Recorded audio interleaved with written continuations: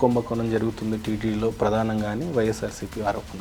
ఎక్కడ భూములు ఒక సెంటు చూపించమన్నాడు. కాస్ట్లీ భూములు అని చెప్పి ఈ మధ్య కాలంలో కూడా ఏడున్నాయని కాస్ట్లు ఎక్కడ ఒక గజం కూడా పోయింది. జగన్మోహన్ రెడ్డి గారు చేయలేనిది చంద్రబాబు నాయుడు గారు చేసింది ఏమన్నా ఉంది తిరుపతి తిరుమలలో అని అంటే మొత్తం చంద్రబాబు నాయుడు ఎన్టీ రామారావు అని చేసింది. ఎవరేం చేశారు? కొన్ని వేల కోట్ల రూపాయలు ఎఫ్డి ఉంది మనకి.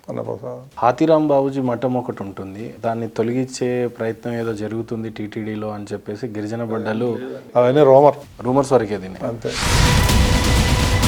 ఆ పూర్తి స్థాయి హుండీ మీద ఉండే అధికారం టీటీడీ బోర్డుకి ఉంటుందా, ప్రభుత్వానికి ఉంటుందా? ప్రభుత్వానికి ఏం భారతదేశంలో రిచెస్ట్ బోర్డు అంటే టీటీడీ అనుకోవచ్చా సార్? ప్రపంచంలోనే ఫైనాన్షియల్గా మనం వాటికన్ సిటీని దాటాం. అదే కదా వాళ్ళ కోపం.